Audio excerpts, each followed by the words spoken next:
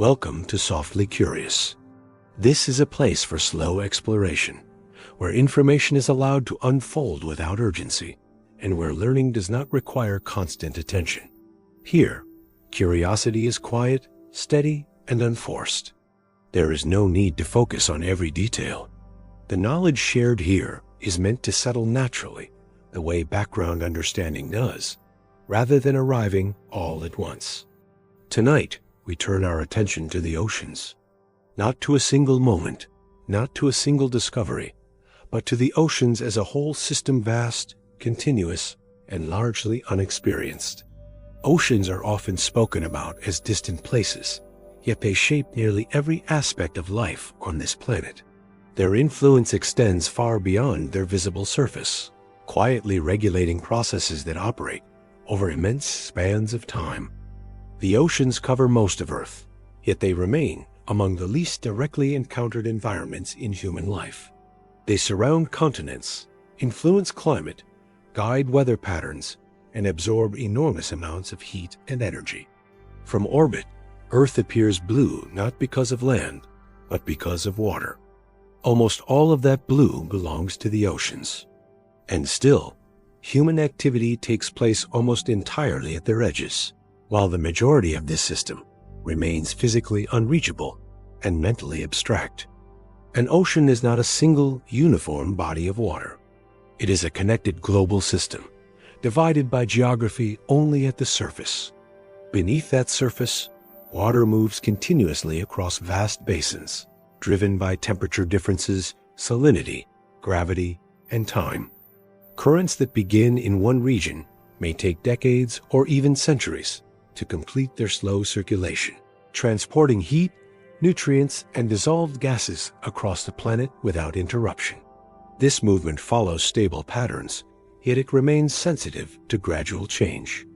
The depth of the oceans is often reduced to a single number, but depth is not evenly distributed. Some regions slope gently downward, while others drop suddenly into deep trenches carved by tectonic forces. The global average depth spans several kilometers, but this figure conceals extremes. Wide continental shelves coexist with narrow, elongated depressions that reach farther down than any other place on Earth's surface.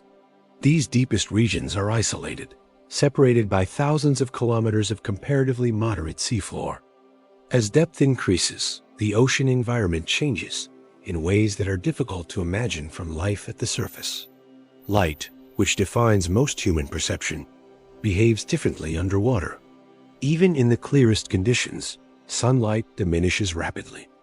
Different wavelengths disappear at different depths, reds first, then oranges and yellows, until only blue light remains. Beyond that, light fades entirely, and the ocean enters a state of permanent darkness. This transition occurs gradually, layer by layer, as light steadily loses its influence. Temperature follows a similar pattern. Surface waters interact constantly with the atmosphere, warming and cooling in response to seasonal change. Below this zone, temperature drops and stabilizes. In many deep regions, water remains only a few degrees above freezing, regardless of latitude. These cold, stable conditions persist for centuries, creating an environment that changes far more slowly than anything on land. Pressure increases continuously with depth, rising by approximately 1 atmosphere every 10 meters. What feels negligible near the surface becomes immense farther down. At great depths, pressure reaches levels capable of compressing materials that feel solid in human hands. This pressure is constant, unrelenting, and shapes everything that exists beneath it, from geological formations to biological structures. Despite these conditions, the oceans are not empty. They are structured, layered, and dynamic. Each depth range presents its own balance of light, temperature, pressure, and movement.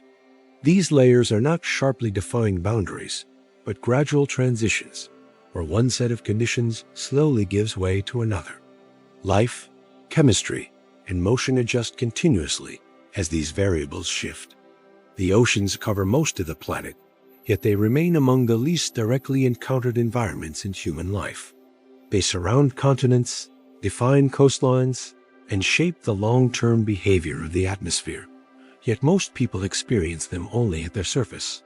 What lies beneath that surface is rarely seen directly, and even more rarely understood as a structured, layered system rather than a single, uniform space.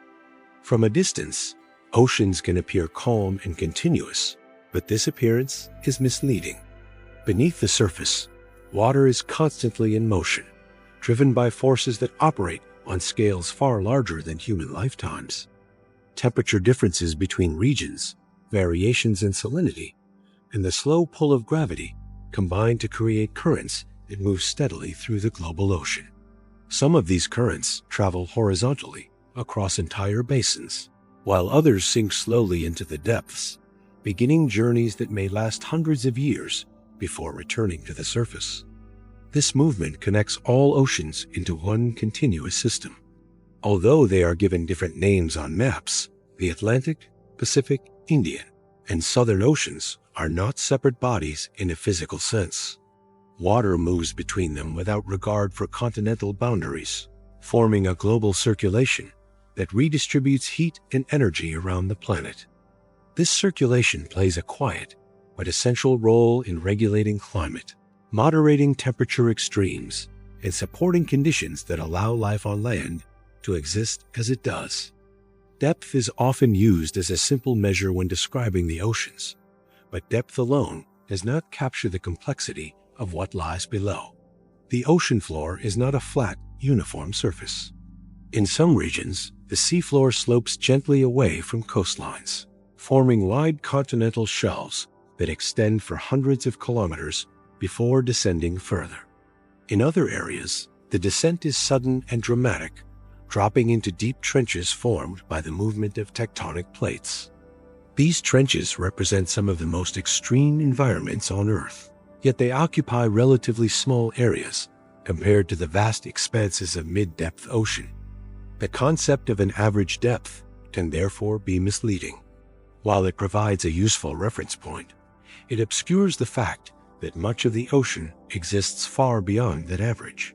Large portions of the seafloor lie several kilometers below the surface, in regions where sunlight never reaches and conditions remain remarkably stable over time. These deep environments change slowly, influenced far more by geological processes than by daily or seasonal cycles. As depth increases, familiar reference points begin to disappear. Light, which dominates human perception of space, fades steadily as water absorbs and scatters incoming sunlight. Different colors vanish at different depths, altering the appearance of everything below.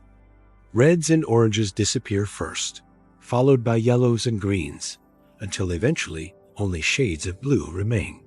Beyond this point, even blue light is absorbed, and the ocean enters a zone of permanent darkness where vision no longer serves as a primary sense.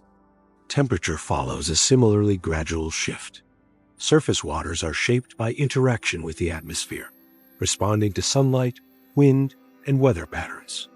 Below this surface layer, temperature drops and becomes far more stable. In many deep regions, water remains just above freezing, regardless of latitude or season. This cold, consistent environment persists for centuries, creating conditions that contrast sharply with the constant variability experienced on land. Pressure increases continuously with depth, rising by roughly 1 atmosphere for every 10 meters of descent. Near the surface, this change is barely noticeable. Far below, however, pressure reaches levels capable of compressing materials that feel rigid and immovable in human hands. This pressure is constant and unavoidable, shaping not only the physical structure of the seafloor, but also the forms of life that exist there. Everything beneath the surface exists under this immense weight, adapted to conditions that would instantly overwhelm unprotected human bodies. Despite these extremes, the ocean is not an empty void. It is a layered environment, with each depth range defined by a specific balance of light, temperature, pressure, and movement. These layers do not form sharp boundaries. Instead, they blend gradually into one another, creating continuous transitions rather than sudden changes. As conditions shift, chemical processes adjust, currents slow or accelerate, and the availability of energy alters the possibilities for life. In this way, the oceans function less like a single place and more like a sequence of interconnected environments, stacked vertically and linked horizontally across the planet.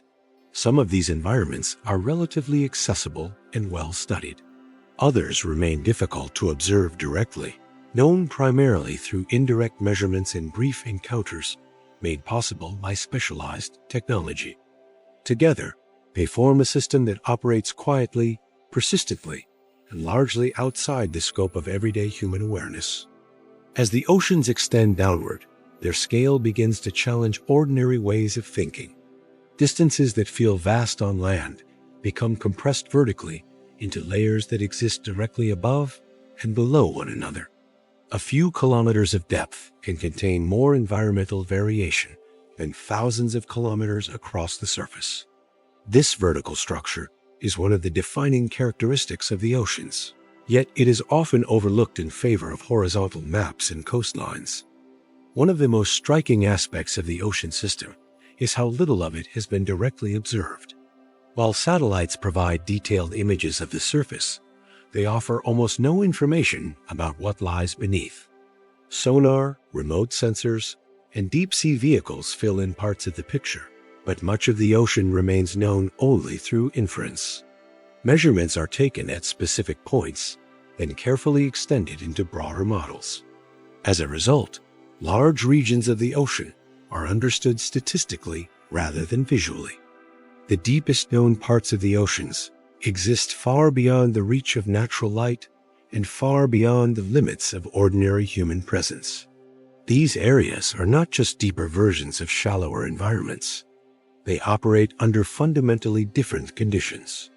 Water at these depths is cold, dense, and under constant pressure, creating a setting where change occurs slowly and predictably.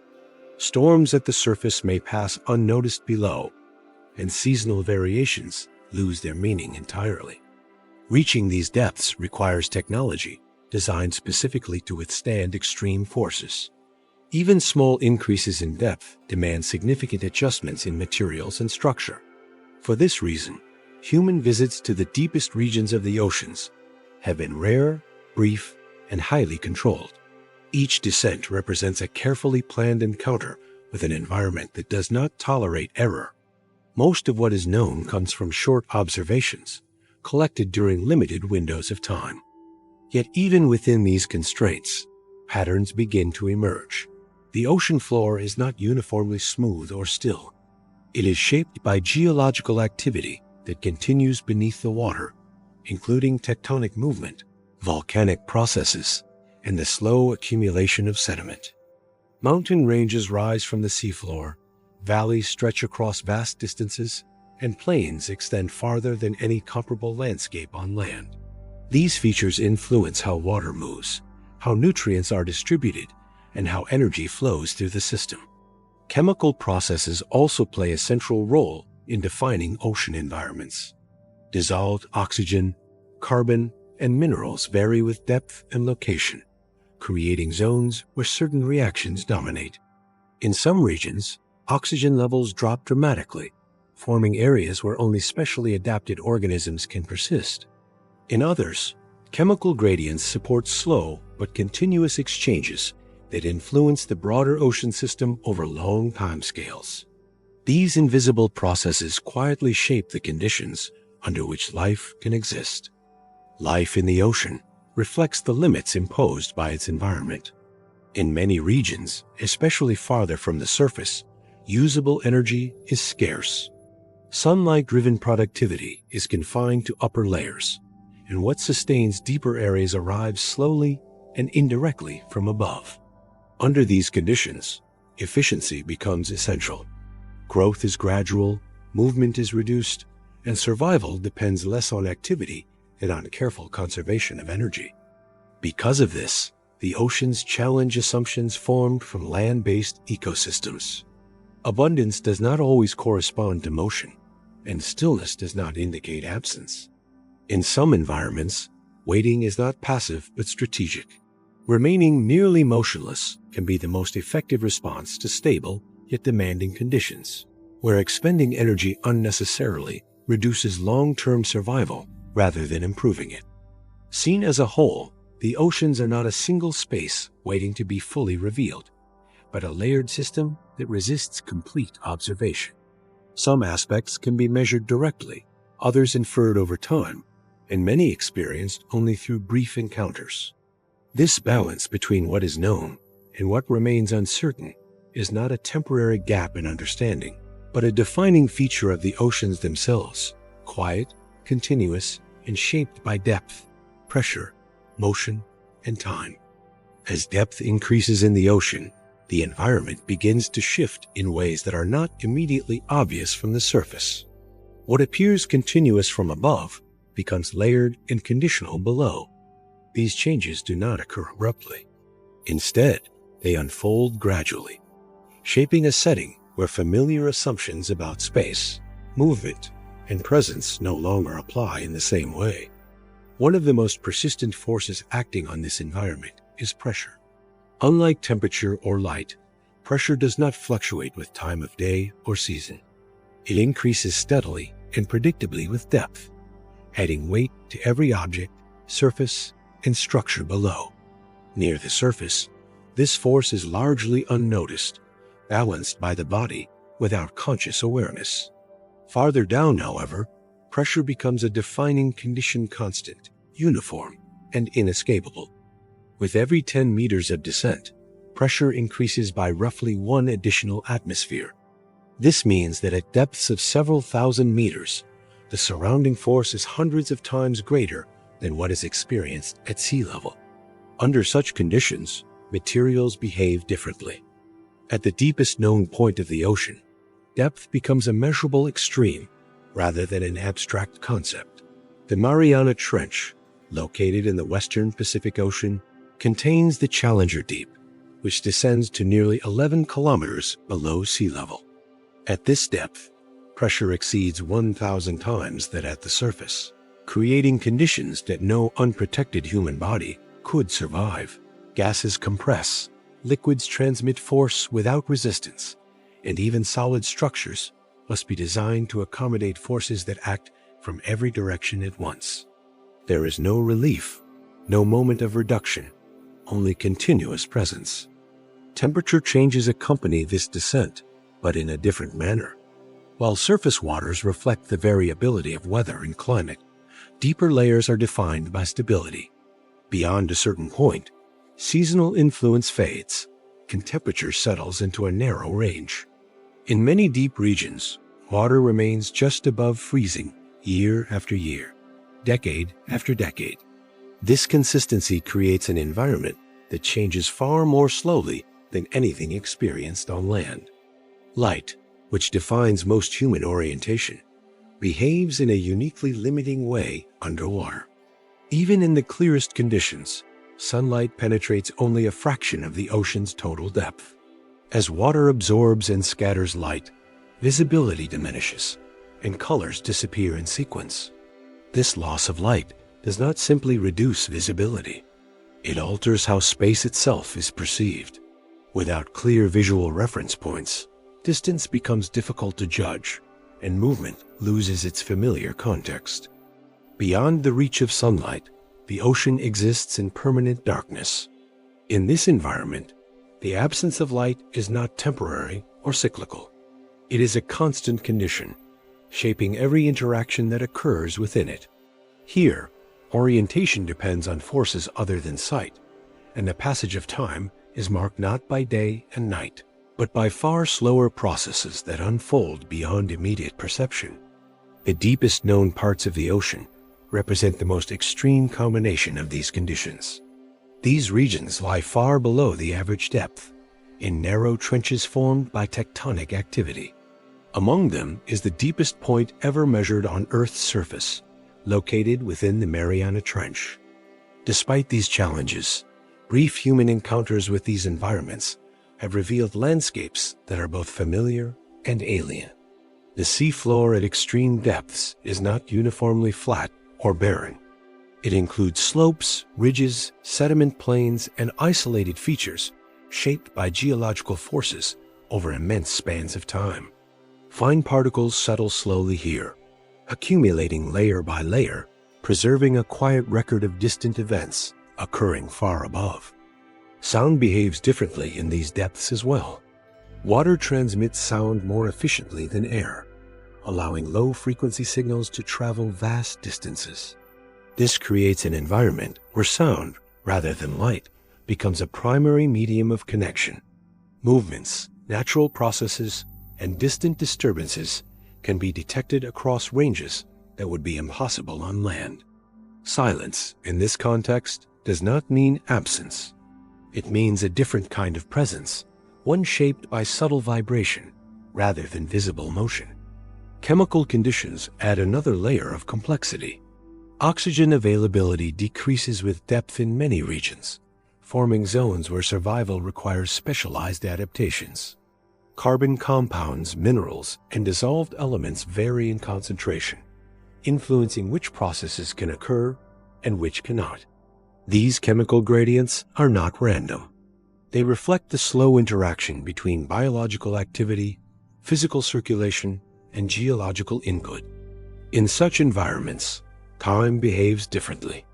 Processes that occur rapidly near the surface unfold slowly below. Organic material sinks gradually, sometimes taking months or years to reach deeper layers. Once there, it becomes part of cycles that operate on scales far removed from immediate observation. Decay, transformation, and redistribution continue, but at a pace that reflects the overall stillness of the setting. Human technology, when it enters these depths, must adapt to these conditions rather than impose familiar structures upon them. Deep-sea vehicles are designed not for speed, but for endurance and stability. Movement is deliberate, controlled, and limited. Observation windows are small, and instruments are built to function without direct human intervention. Each descent is an exercise in restraint, acknowledging that the environment sets the terms of engagement. Even with advanced tools, exploration remains fragmentary. The deepest regions have been visited only a handful of times, and each visit captures only a narrow slice of space and time. From these limited encounters, broader understanding must be carefully constructed. Data points are collected, patterns inferred, and models refined, but the picture remains incomplete by necessity. What emerges from this accumulation of knowledge is not a sense of mastery, but of proportion. The oceans, especially at their greatest depths, do not yield easily to observation. Their conditions are not designed for human presence, and their processes operate independently of human concern. This independence is not hostile. It is simply indifferent, shaped by forces that predate human history by millions of years. Yet within this apparent remoteness lies a form of order. Pressure, temperature, and chemistry interact in predictable ways, creating environments that, while extreme, are internally consistent. These conditions define what can exist, how it can persist, and how change unfolds over time. Life, where it appears, does so in forms that reflect this consistency, adapting not to variation, but to constancy. Understanding these environments requires a shift in perspective. Instead of seeking dramatic change or constant activity, it becomes necessary to recognize the significance of stability. In the deep ocean, continuity itself is a defining feature. Forces act slowly but persistently, shaping outcomes over spans that extend far beyond immediate observation. As attention moves deeper into this system, the familiar markers of surface life fade. Weather loses relevance, seasons lose meaning, and daily cycles disappear. What remains is a setting governed by depth, pressure, and time, a place where existence is defined less by motion than by endurance. This environment does not invite urgency. It resists quick conclusions and simple narratives. Instead, it encourages a quieter form of understanding, one that accepts limits and values gradual insight. The deeper the ocean becomes, the more it reveals that not all systems are meant to be fully revealed, and not all knowledge arrives quickly. From this perspective, the deepest parts of the ocean are not merely extreme locations. They are reminders of scale, of patience, and of processes that unfold without regard for observation. They exist as they are, continuous and unhurried, shaped by forces that operate steadily and without interruption. As these conditions continue downward, they form the context in which everything else must be understood. Before considering how life adapts, how movement occurs, or how energy is used, it is necessary to recognize the environment itself as the primary influence. Pressure, darkness, and stability are not obstacles to be overcome. They are the defining features of the ocean beyond the surface. And it is within this environment measured, persistent, and largely unseen that the deeper patterns of the ocean begin to emerge, waiting quietly beneath the surface, shaped by depth and time. As these conditions persist, life that exists within them is shaped not by occasional extremes, but by permanence. In the deeper ocean, pressure does not fluctuate, darkness does not lift, and temperature remains almost unchanged. This consistency removes variability, leaving little room for short-term adaptation. Instead, everything that survives here reflects long-term alignment with its surroundings. Unlike surface environments, where change is frequent and often rapid, the deep ocean favors stability. Organisms that exist in these regions are not responding to daily shifts or seasonal cycles. They are responding to conditions that remain effectively constant over generations. This alters not only physical structure, but behavior, metabolism, and the pace at which life unfolds. Energy, in particular, becomes a defining constraint. Far from the surface, there is no direct access to sunlight, and therefore no local photosynthesis. The energy that supports deeper ecosystems arrives indirectly, often in the form of organic material sinking slowly from above. This material does not arrive continuously or evenly. It drifts downward over time, fragmented and diminished, making efficiency essential for anything that depends on it. Because of this, the deep ocean does not reward speed or excess. Movement is measured, growth is slow, and activity is often limited to what is strictly necessary.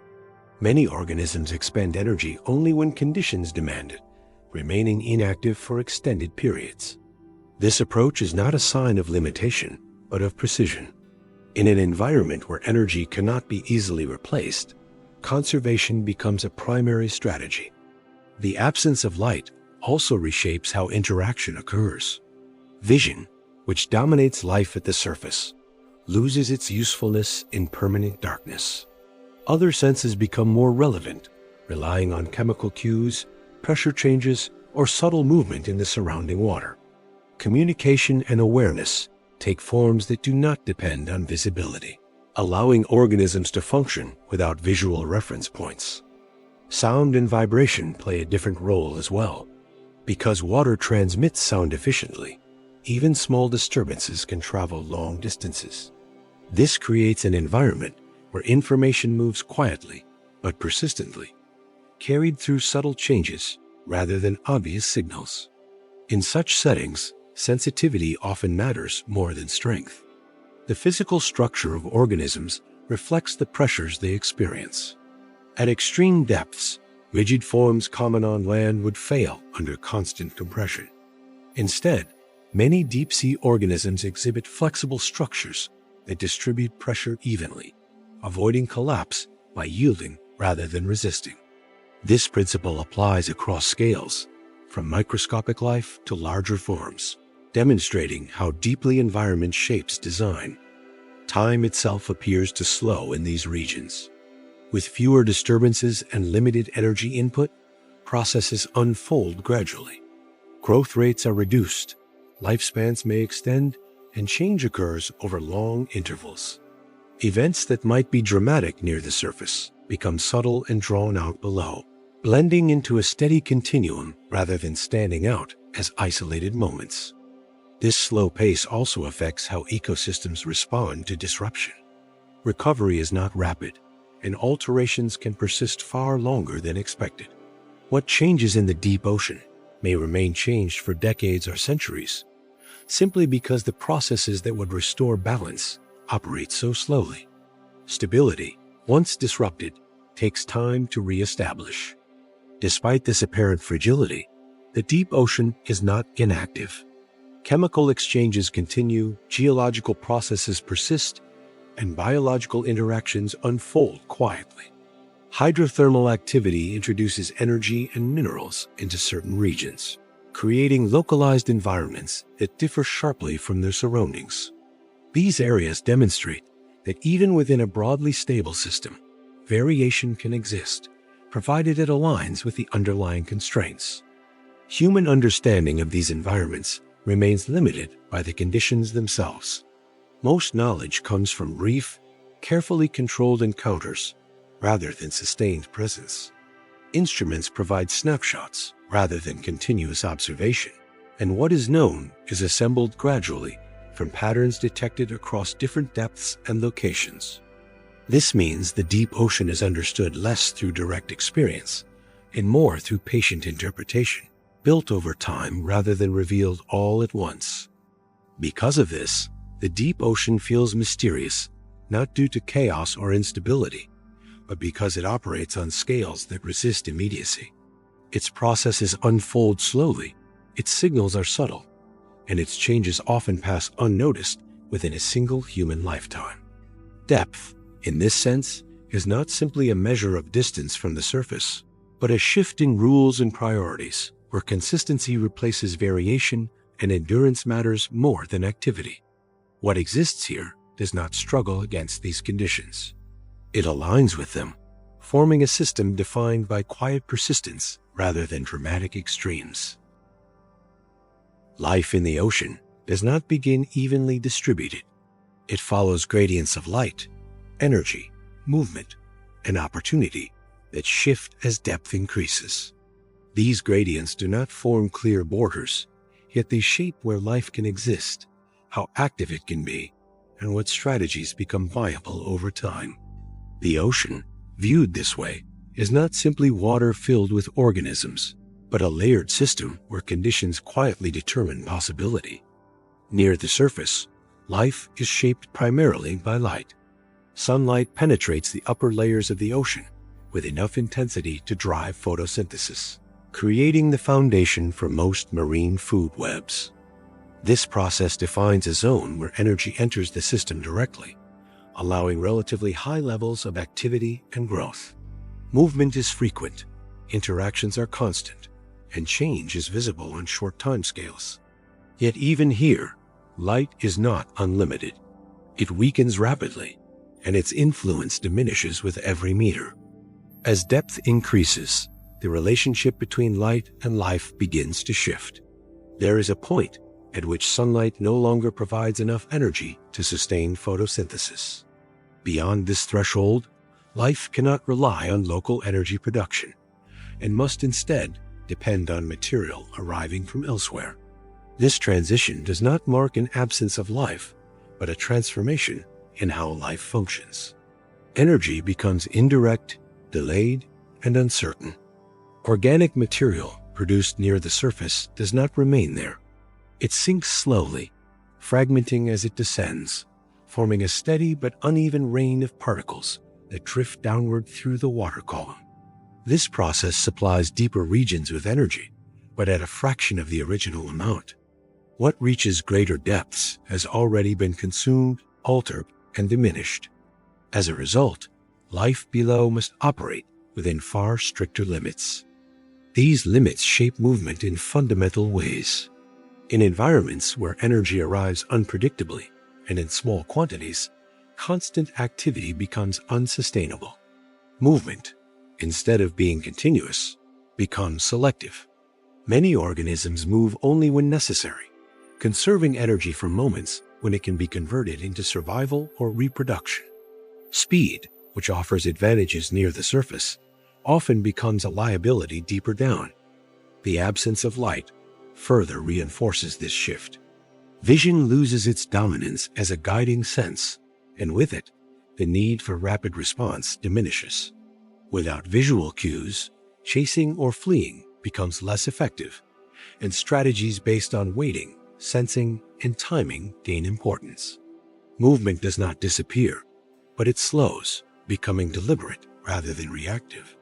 In these regions, the ocean challenges familiar assumptions about efficiency. On land, efficiency often means maximizing output, moving faster, growing quicker, responding immediately. In the deeper ocean, efficiency means minimizing loss. Energy is treated as something to be preserved rather than spent. Every movement carries a cost, and unnecessary motion reduces long-term viability. This does not result in uniform stillness. Instead, it creates a spectrum of activity levels, each aligned with local conditions. Some organisms remain nearly motionless for extended periods, relying on chance encounters rather than active pursuit. Others move slowly but continuously, covering large distances over time rather than in bursts. These approaches reflect not weakness, but adaptation to environments where patience outperforms speed. Energy constraints also influence size and structure. In many deeper regions, extreme growth is rare. Large bodies require continuous energy input, which is difficult to sustain where resources are limited. Smaller forms with lower metabolic demands often have an advantage. Yet size alone does not determine success.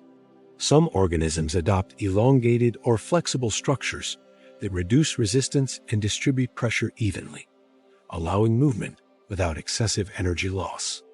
Movement in the ocean is also shaped by forces external to the organism. Currents, even slow ones, can transport bodies across vast distances without active effort. Rather than resisting these flows, many forms of life incorporate them into their survival strategies. Drifting becomes a mode of travel, and position is maintained not through constant correction, but through alignment with prevailing motion. This relationship between organism and environment blurs the boundary between active and passive behavior. Remaining still may involve subtle adjustments to posture or buoyancy. Drifting may require precise control to avoid being carried into unfavorable conditions.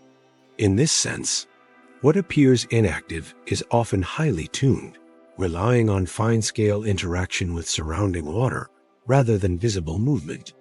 Depth adds another layer to this dynamic. As pressure increases and temperature stabilizes, the cost of movement rises relative to its benefits.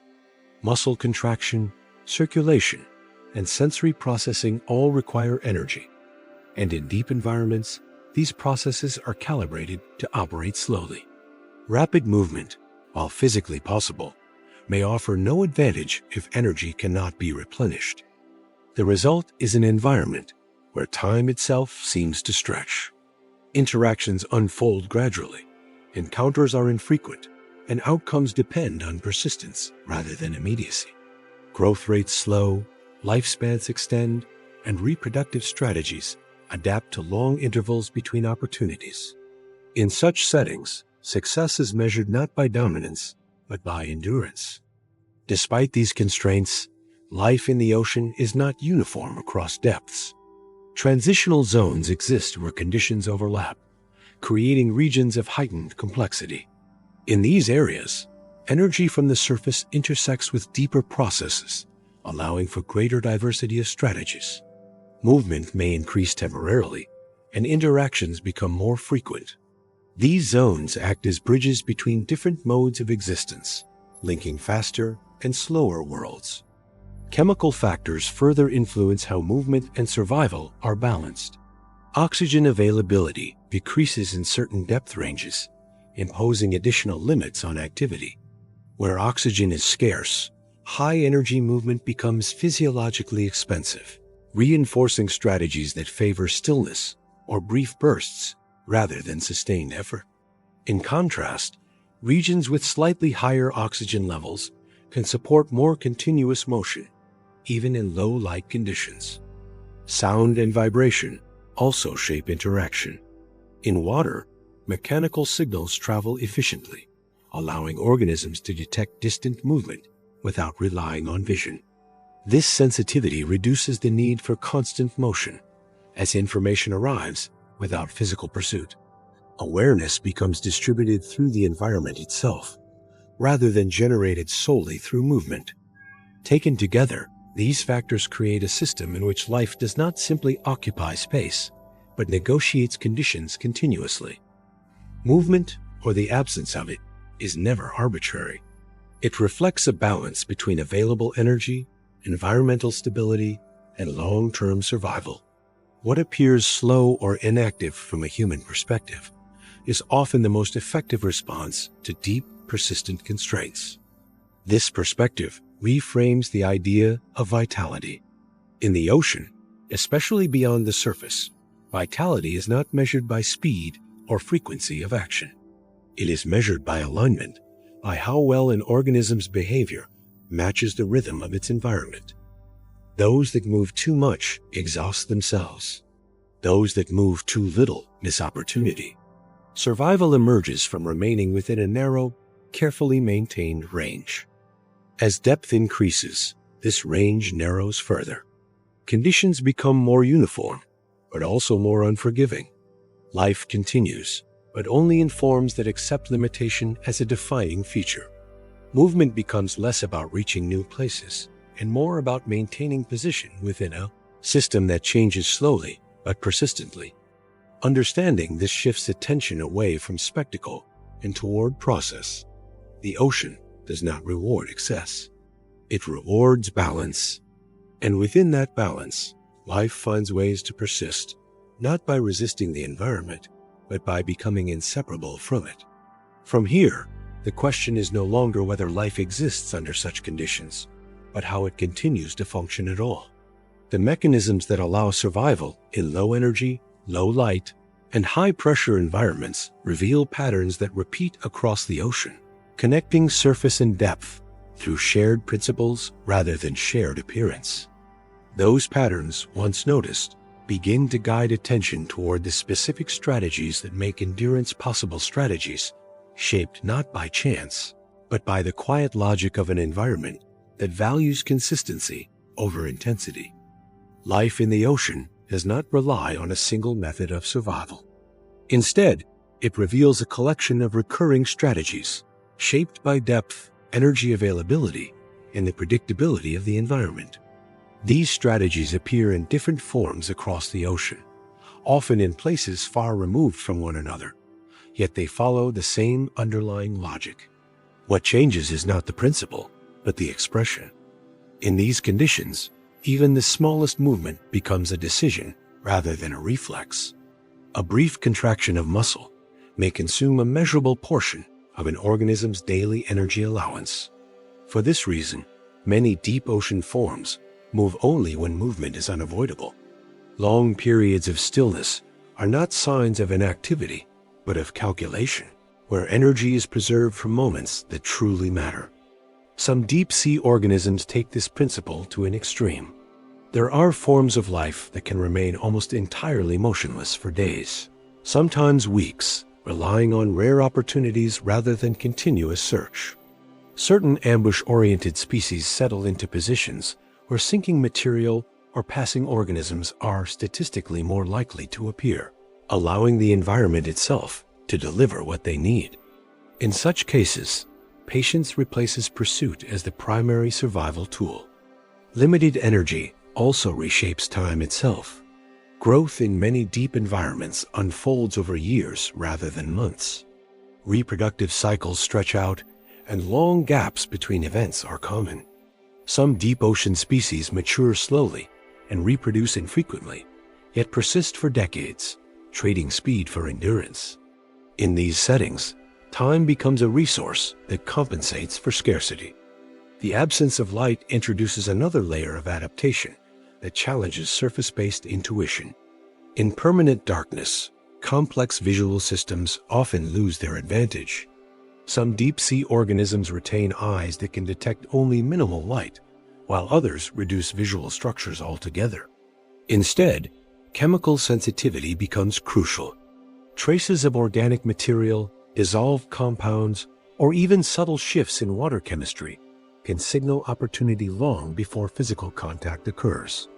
Pressure sensitivity also plays a role. Certain organisms can detect minute changes in surrounding water caused by distant movement, allowing awareness without visual confirmation. This ability reduces the need for exploration and minimizes unnecessary motion. Awareness in these environments often emerges from sensitivity rather than from active searching. Bioluminescence introduces one of the ocean's most striking, yet carefully controlled phenomena. In deep, low-energy environments, light production is rarely constant. It is brief, targeted, and purposeful. A sudden flash may distract a potential threat, lure a passing organism closer, or signal presence without sustained effort.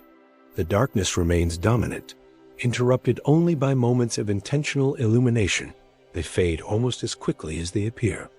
Feeding strategies reflect the same economy. Rather than chasing food, many deep-sea organisms intercept it. They position themselves where sinking organic material is most likely to pass, or where currents concentrate particles into predictable paths. In these locations, remaining still is not passive. It is a precise alignment with environmental flow, allowing energy to arrive rather than be sought.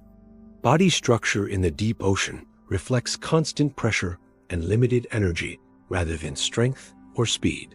Flexible tissues distribute pressure evenly and reduce the metabolic cost of maintaining rigid support, which is why soft-bodied forms are common at depth. Where harder structures exist, they are usually minimal and highly specialized, built for specific functions rather than overall durability. Here, efficiency matters more than resistance. Size follows no single rule. In many deep environments, limited energy favors smaller bodies with low metabolic demands.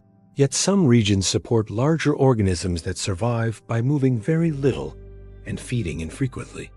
These forms may go long periods without intake, storing energy when it becomes available and using it slowly over time. Their existence challenges the assumption that large size always requires constant consumption, showing instead that inactivity can offset demand. Across depths and regions, these adaptations reveal a broader pattern. Oxygen availability, light, pressure, and energy scarcity consistently shape behavior, reproduction, and movement in similar ways. Life aligns with environmental rhythms rather than opposing them, favoring slow metabolism, reduced motion, and precise timing. What emerges is not fragility or excess, but a quiet coherence, a system where survival depends on balance, patience, and long-term alignment with conditions that change only gradually. The ocean floor is often imagined as a distant, flat surface hidden beneath kilometers of water. In reality, it is one of the most varied and dynamic landscapes on the planet. Mountains rise higher than those on land. Valleys stretch across vast distances, and plains extend farther than any comparable terrain above sea level. These features exist in near darkness, shaped not by wind or weather, but by geological forces that operate slowly and persistently beneath the water.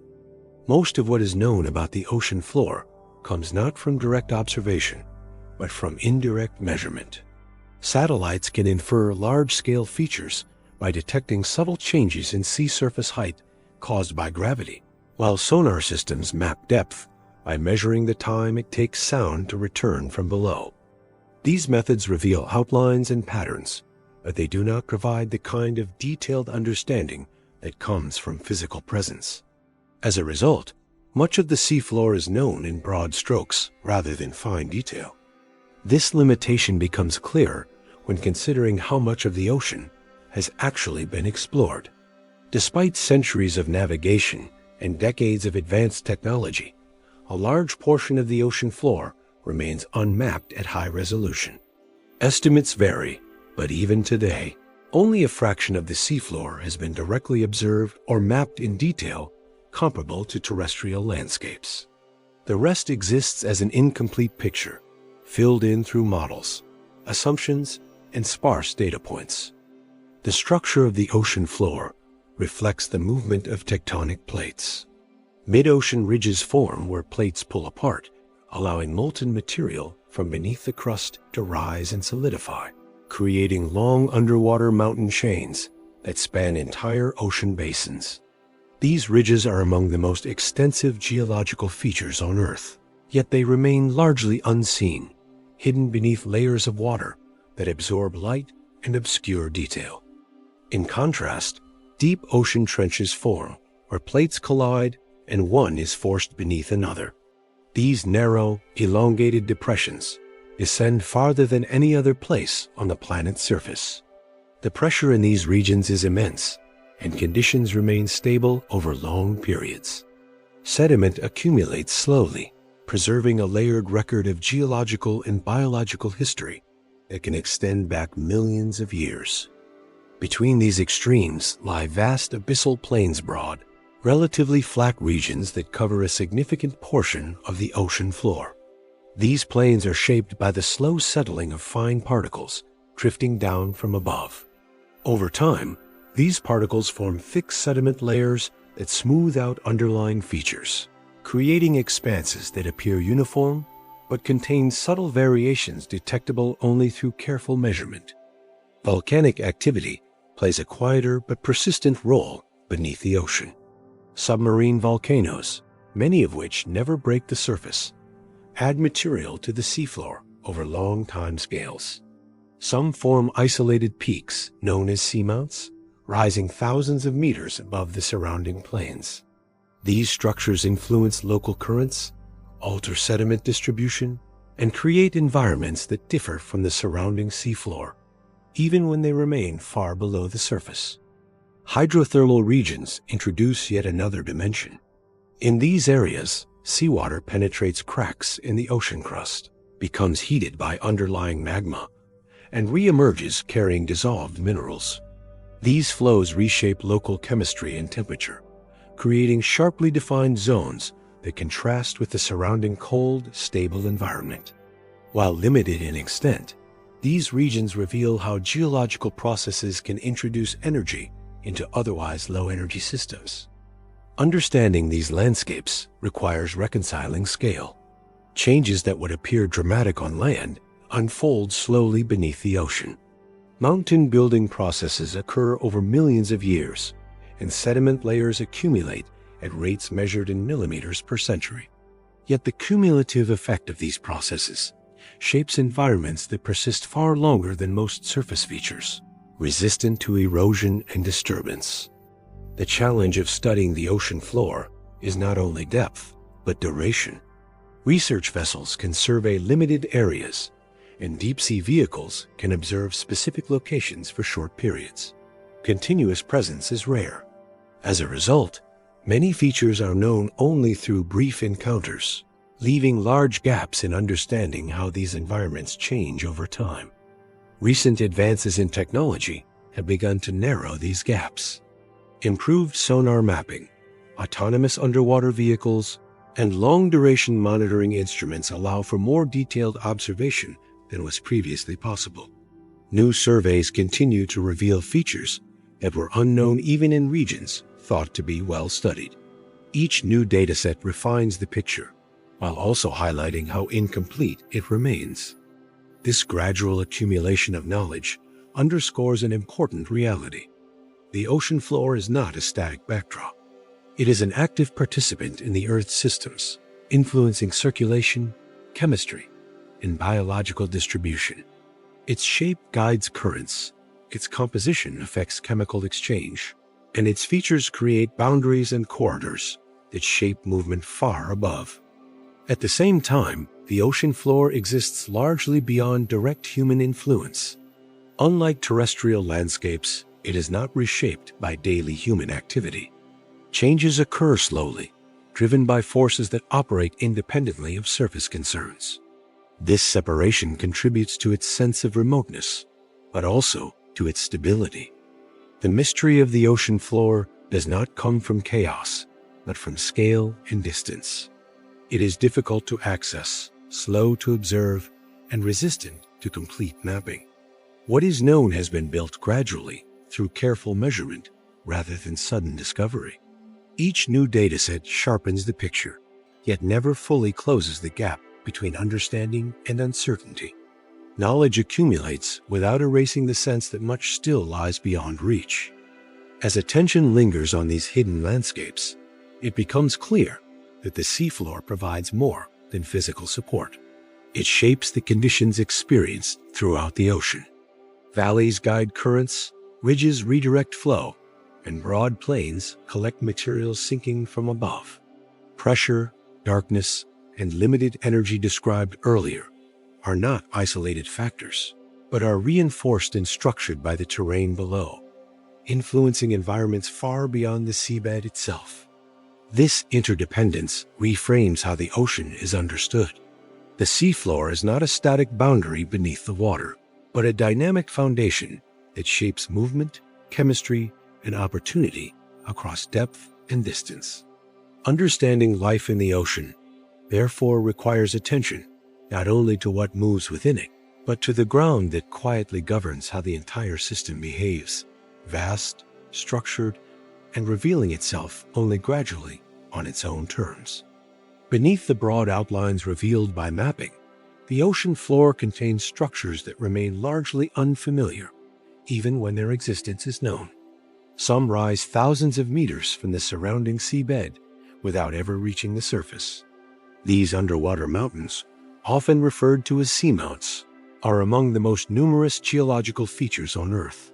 Tens of thousands have been identified through indirect measurement, yet only a small fraction have been studied closely. Seamounts alter their surroundings in subtle but significant ways. As currents encounter these elevated structures, water is forced upward, carrying nutrients from deeper layers into regions where they would otherwise remain scarce. This process can create localized areas of increased biological activity, even far from continental margins. What appears as an isolated peak on the seafloor becomes, in practice, a point of interaction between geology and life. Despite their importance, most seamounts remain unexplored in detail. Many are known only as shapes detected by sonar or inferred from gravitational data. Their slopes, composition, and long-term behavior are often unknown. This gap between identification and understanding illustrates a broader pattern in ocean science. Knowing that something exists is not the same as knowing how it functions. Hydrothermal regions offer another example of how the ocean floor quietly shapes its environment. In these areas, seawater circulates through cracks in the ocean crust, heats up through contact with underlying magma, and returns to the seafloor carrying dissolved minerals. When this superheated fluid meets cold seawater, minerals precipitate, forming chimney-like structures that grow and collapse over time. These environments challenge long-held assumptions about how energy moves through the ocean. Most marine systems depend on sunlight filtering down from above, but hydrothermal regions reverse this pattern. Here, energy enters from below, driven by heat and chemical reactions rather than light. Localized ecosystems form around these sources, functioning independently of surface productivity and demonstrating that the ocean floor can actively generate biological opportunity rather than merely receive it. The discovery of such regions was shaped entirely by technological limits. Hydrothermal systems remained unknown until instruments capable of surviving extreme pressure and darkness became available. Even now, observation is fragmented. Vents can change or shut down between visits, and new ones may form without ever being directly seen.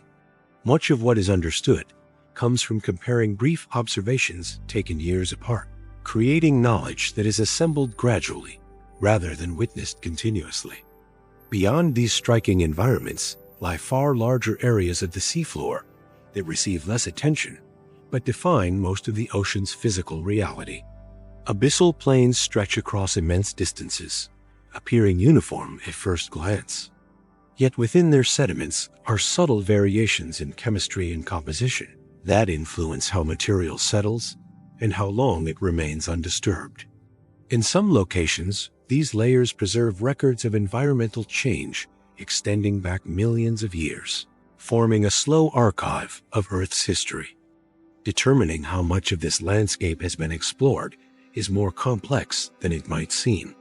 While the ocean's surface is mapped in fine detail, high-resolution mapping of the seafloor remains limited. Estimates suggest that only a small percentage has been charted at a level comparable to land surfaces, and direct visual observation represents an even smaller fraction. Much of the ocean floor is known only through outlines rather than detail. This imbalance reflects practical constraints rather than lack of interest. Mapping the seafloor requires specialized vessels, long missions, and sustained coordination. Each survey covers a narrow area, and priorities often focus on regions of immediate scientific or economic interest. As a result, vast expanses remain sketched rather than resolved, their finer structures waiting for future exploration. Recent advances have begun to narrow this gap, though slowly. Autonomous underwater vehicles, improved sonar systems, and international mapping initiatives continue to expand coverage and resolution. These efforts do not produce sudden revelations, but steady refinement. What they consistently reveal is complexity ridges that branch unexpectedly, plains that ripple, and boundaries that blur, reminding us that the ocean floor is not a finished picture, but a system still revealing itself, one careful observation at a time. When speaking about the oceans, the idea of the unknown is often treated as a distant concept, something associated with the past rather than the present. Yet even now, large portions of the ocean remain only partially observed.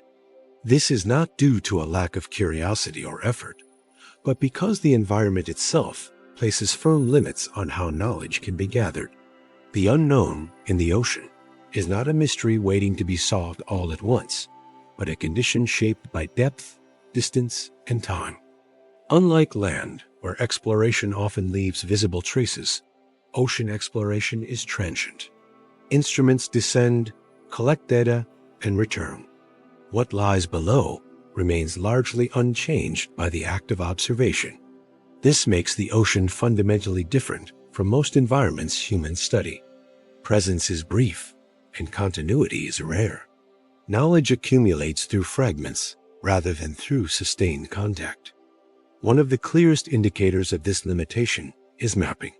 While coastlines and surface features are charted in extraordinary detail, the same cannot be said for the seafloor. High-resolution maps exist for selected regions, often near continental margins or areas of economic interest. Beyond these zones, resolution decreases and detail fades.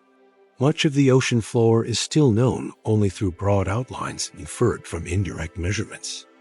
This gap between surface knowledge and subsurface understanding is not accidental. Mapping the ocean floor requires specialized vessels equipped with advanced sonar systems, operating slowly and systematically over large areas.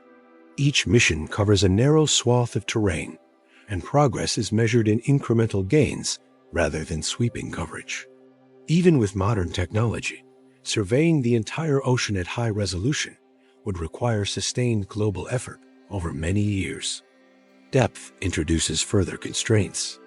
As pressure increases and light disappears, direct observation becomes increasingly difficult.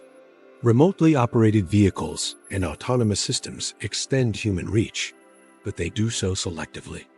Each descent is planned around specific objectives, limiting the scope of observation. Large areas remain unvisited, not because they are inaccessible, but because reaching them requires resources that cannot be applied everywhere at once.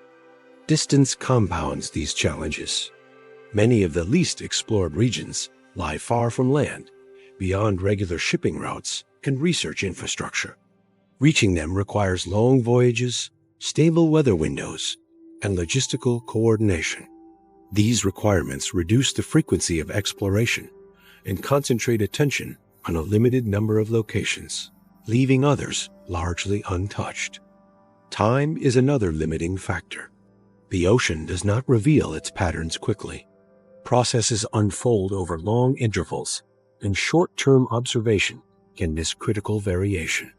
Understanding currents, chemical cycles, or biological activity, often requires repeated measurement over years or decades. Yet sustained presence at depth is rare, making long-term data difficult to obtain.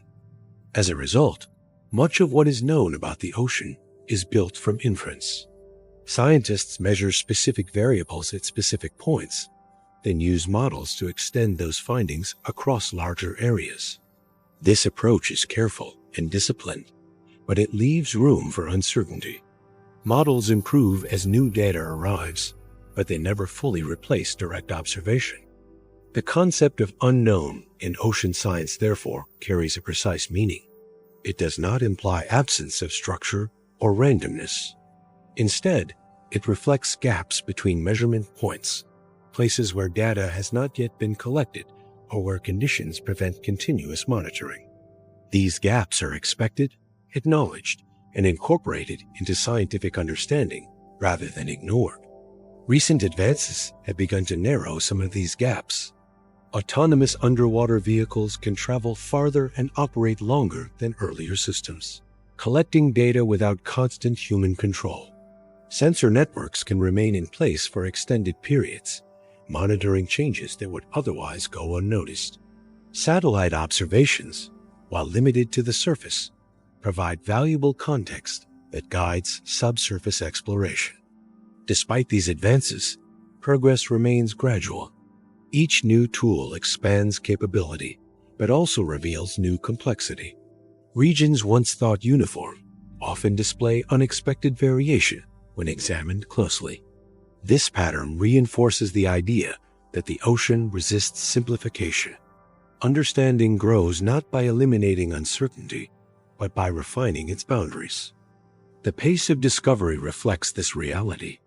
Unlike environments where rapid change produces dramatic findings, the ocean yields information slowly. Breakthroughs are often incremental, emerging from careful comparison rather than sudden revelation. This pace aligns with the nature of the system itself, which operates on scales that exceed human urgency. In this context, the unknown becomes a stable feature rather than a temporary obstacle. It defines where exploration focuses next, but it does not imply failure or ignorance. Instead, it marks the frontier of measurement, a boundary that shifts as tools improve and understanding deepens. What remains unknown today may be outlined tomorrow, but new questions will emerge in its place. This cycle does not close. It continues, driven by the ocean's size and complexity. Each answer reshapes the map of uncertainty without erasing it. This ongoing process has direct practical consequences. Models of climate, ocean circulation, and biological distribution are built on assumptions about regions that have not been directly observed. As new measurements slowly reduce these gaps, predictions shift and refine rather than resolve completely. In this sense, the unknown is not separate from applied science. It is embedded within it, shaping conclusions as much as confirmed data does. Understanding the ocean, therefore, involves accepting uncertainty as an active component of knowledge, not a temporary flaw to be eliminated. Seen this way, the ocean is not a puzzle with a final image waiting to be revealed. Its scale ensures that complete knowledge will always remain beyond reach. What matters instead is meaningful insight, an understanding that improves gradually and reliably over time. The regions that remain unmeasured are not empty or inactive. Currents continue to move, chemical exchanges persist, and life adapts quietly, whether observed or not. The boundary between knowledge and uncertainty shifts slowly, but the ocean itself remains unchanged on both sides of it, persistent and continuous beyond discovery or interpretation. In science, the unknown is often misunderstood as a gap to be filled as quickly as possible. In ocean research, it serves a different role. It defines the boundary of reliable knowledge, marking where measurement ends and inference begins. This boundary is not static. It shifts slowly as tools improve and observations accumulate, but it never disappears entirely. The ocean's size ensures that uncertainty is not a temporary obstacle, but a permanent feature of understanding. This reality shapes how discovery unfolds. Unlike exploration on land, where presence can be sustained and revisited easily, ocean exploration is episodic. Instruments descend briefly, data is collected, and then the environment continues without interruption. Each return provides a slightly clearer picture, but never a complete one. Knowledge is assembled over time, not captured in a single moment. Because of this, caution becomes a necessity rather than a limitation. Drawing conclusions too quickly risks misrepresenting systems that operate on long timescales. Patterns observed during one expedition may shift subtly during the next, not because the system is unstable, but because short observations capture only fragments of longer processes. In the ocean, patience is not optional. It is part of the method. This approach contrasts with the way discovery is often portrayed. Breakthroughs are rarely sudden.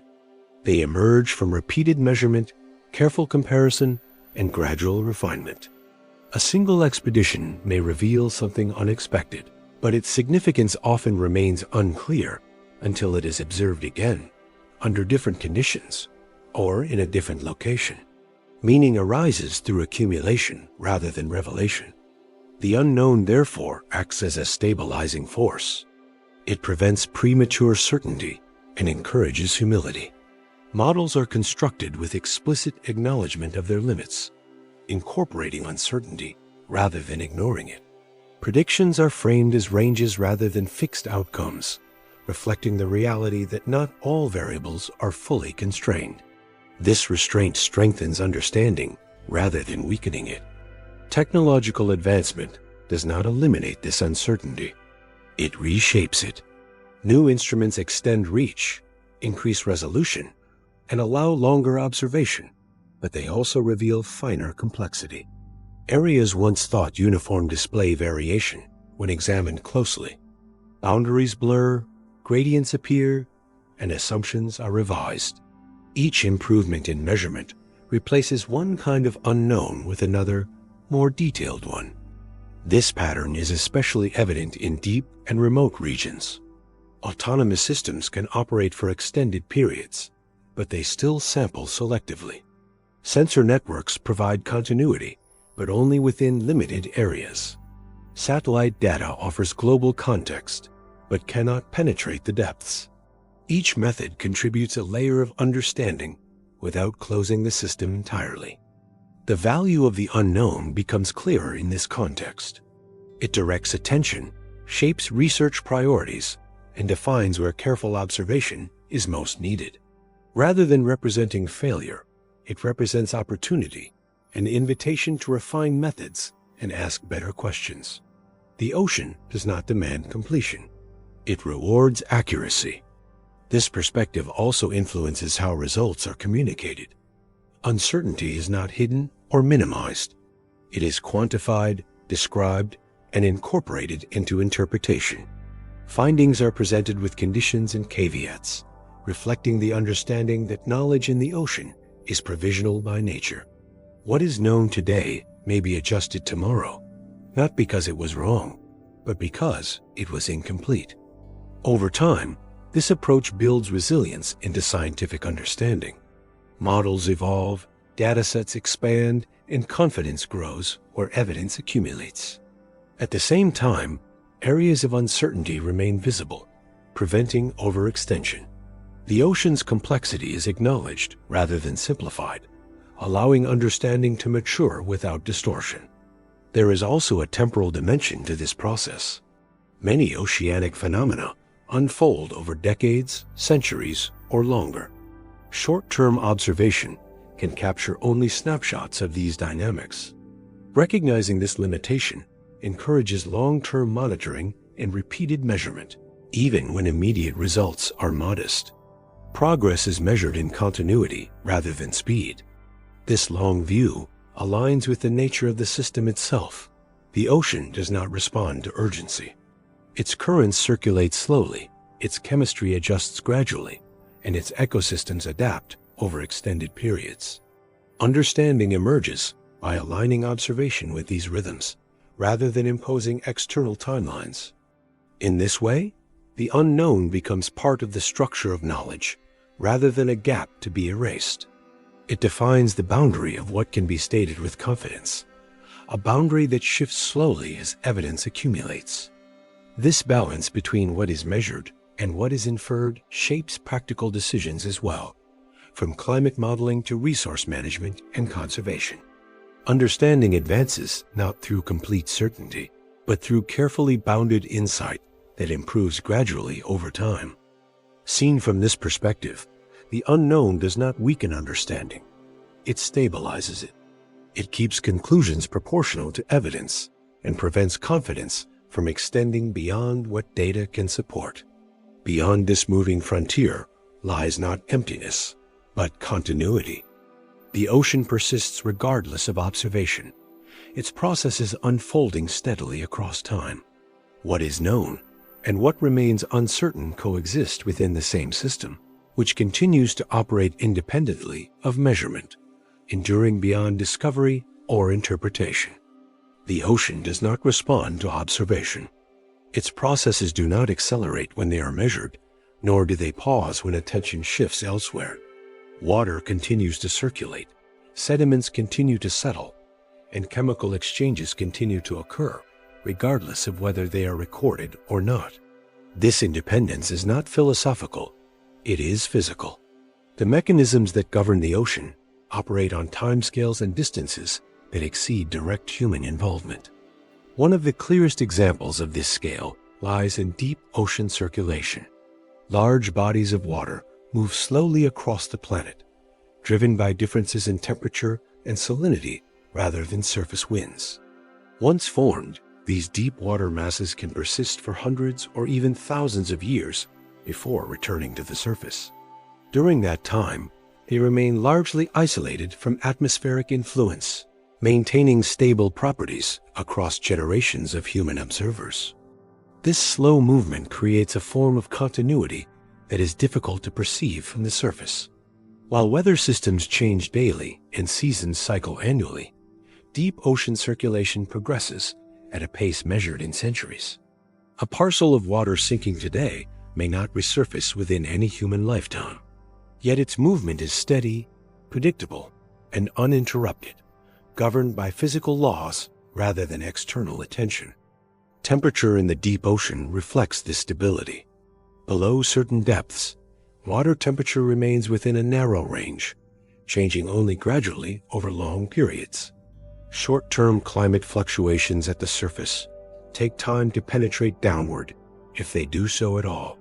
As a result, vast regions of the ocean exist in a thermal state that has persisted through historical events, technological change, and entire civilizations. Chemical conditions show similar persistence.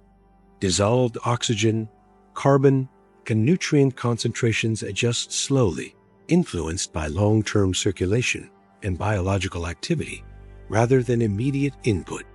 Changes introduced at the surface may take decades to affect deeper layers, and once established, those changes can remain for equally long periods. The ocean records alteration, not as abrupt shifts, but as gradual transitions. The seafloor reinforces this continuity. Sediments accumulate at rates that are almost imperceptible on human timescales. In some regions, a single centimeter of sediment may represent hundreds or thousands of years of deposition. Layer by layer, these materials form records that extend far beyond written history, capturing signals of environmental change without interruption. Geological processes beneath the ocean proceed at an even slower pace. Tectonic movement reshapes the seafloor over millions of years, forming ridges, trenches, and plains that persist long after surface landscapes have changed. Volcanic activity adds material incrementally, altering local environments without altering the broader structure. These processes continue regardless of surface activity, operating independently of human timelines. Life within the ocean aligns with this temporal structure. Many marine organisms, particularly in deeper environments, exhibit lifespans and growth rates that reflect long-term stability rather than rapid change. Reproductive strategies, metabolic rates, and population dynamics are tuned to conditions that remain consistent over extended periods. This alignment allows ecosystems to persist without frequent disruption. Importantly, continuity does not imply stagnation. The ocean is dynamic, but its dynamics are distributed unevenly across depth and time. Rapid change occurs near the surface, where energy input is high and conditions fluctuate. Below, change unfolds slowly, buffered by distance and mass. These layers interact, but they do so gradually, creating a system that absorbs variation without immediate transformation. Human observation intersects with this system only briefly. Instruments capture moments, expeditions collect snapshots, and datasets represent intervals rather than continuity. From these fragments, understanding is assembled carefully.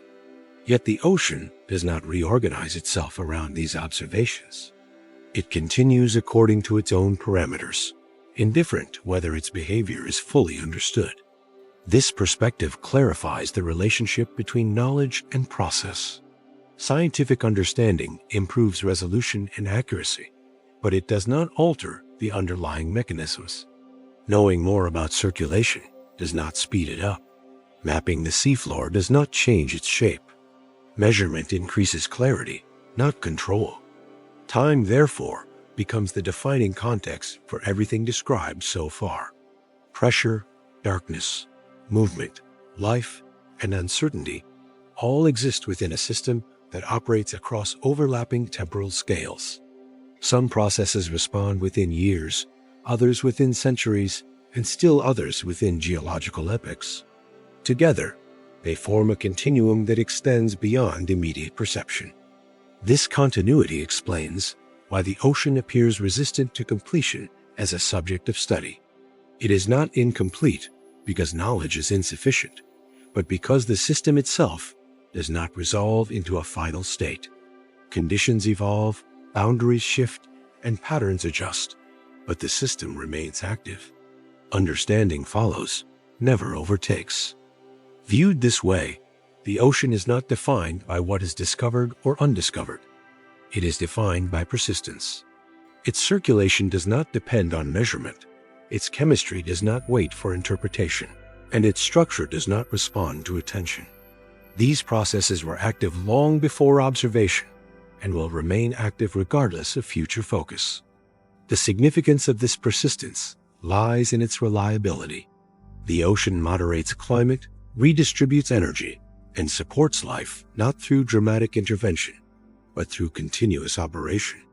Its influence is cumulative rather than immediate, shaping conditions through repetition rather than singular events.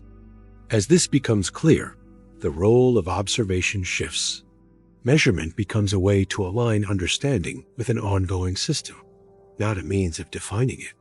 Knowledge grows by adjusting perspective to match scale, not by compressing scale to fit expectation.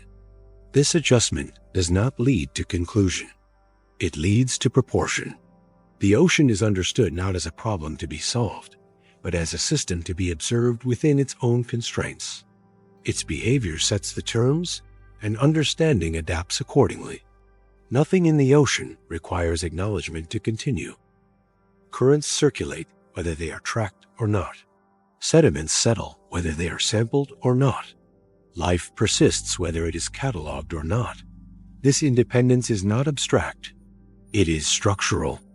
As attention moves away from detail and toward duration, the ocean appears less mysterious and more consistent. What once seemed hidden becomes simply distant in time or scale. The unknown is not an absence, but a region beyond immediate resolution. This perspective does not close the subject. It leaves it open without being incomplete. The ocean remains present, active, and continuous, extending beyond observation without requiring it. And within that continuity, everything described earlier: depth, pressure, life, structure, and uncertainty continues to operate together, unchanged by whether it is fully seen or fully understood. Time in the ocean does not move in the same units used on land. Processes unfold across overlapping scales, many of which extend beyond direct human experience. While surface conditions can shift within days or seasons, deeper systems adjust slowly, responding to changes only after long delays.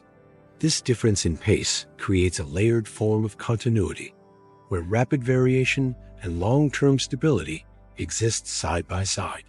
From this point on, attention no longer needs to follow individual processes. What matters instead is duration. Many oceanic systems do not reveal themselves through immediate change, but through persistence. Their significance lies not in how they begin or end, but in how long they continue without interruption. Human observation intersects with these systems only briefly. Expeditions last weeks, instruments remain for years at most, and datasets extend across decades if maintained with care. These spans feel long from a human perspective, yet they represent only narrow windows within processes that unfold across centuries or longer. The ocean does not compress itself into those windows. Understanding must stretch outward to meet it. Because of this, knowledge of the ocean grows by alignment rather than completion. Observation refines perspective, but it does not finalize the picture. Each generation inherits conditions shaped by earlier states, many of which were never measured directly. What exists now carries the influence of accumulated time rather than recent change. This long continuity explains why the ocean often feels resistant to closure as a subject of study. It does not arrive at conclusions. Patterns shift, boundaries move, and relationships adjust, but the system itself remains active. Understanding advances, yet the object of understanding does not resolve into a finished form. As exploration increasingly turns outward, this contrast becomes especially clear. While missions are designed to search for oceans on distant planets and moons, large portions of Earth's own oceans remain only partially explored. In some cases, surface features of other worlds are mapped with greater detail than vast regions beneath our own seas. This is not a failure of attention, but a reflection of how difficult Earth's oceans remain to observe directly. This comparison does not diminish exploration elsewhere. Instead, it reframes Earth's oceans as an active frontier rather than a completed one. Discovery is not limited by distance alone, but by scale, depth, and time. Even as instruments reach farther into space, the planet itself continues to contain systems that remain unresolved, not because they are hidden, but because they operate beyond continuous observation. The ocean does not adjust its behavior based on whether it is being studied. Circulation continues, sediments accumulate, and ecological relationships persist without reference to measurement. Observation captures moments within this continuity, but it does not define it. The system remains intact, regardless of how much of it is currently understood. In this way, attention shifts naturally from detail to duration. The question is no longer how much has been discovered, but how long these processes have been unfolding without interruption. Many of the ocean's defining behaviors do not announce themselves through sudden change, but through continuity maintained over immense spans of time. The ocean is not waiting to be completed as a subject of study, nor does it progress toward a final state of understanding. It continues to operate within its own temporal scale, indifferent to when observation aligns with its pace. What remains at the end of this consideration is not a conclusion, but proportion. Human knowledge occupies a narrow band within a much larger continuum, shaped by limited windows of observation and finite attention. Beyond that band lies a system whose dimensions extend outward in time, depth, and scale, far exceeding the reach of individual measurement. The ocean surrounds human understanding rather than fitting inside it, placing discovery within context rather than at the center. Seen over long intervals, the ocean's behavior becomes less about events and more about persistence. Change does occur, but it accumulates gradually, often beyond the resolution of short-term observation.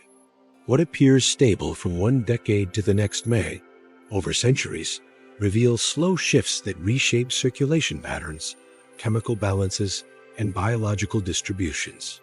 These changes are not sudden, but they are continuous. This slow accumulation gives the ocean a form of memory. Conditions present today are influenced by states that existed long before systematic measurement began. Layers of water, sediment, and chemistry carry the imprint of earlier climates, earlier configurations, and earlier balances. The present ocean is therefore not a snapshot, but a continuation, shaped by histories that extend beyond direct record.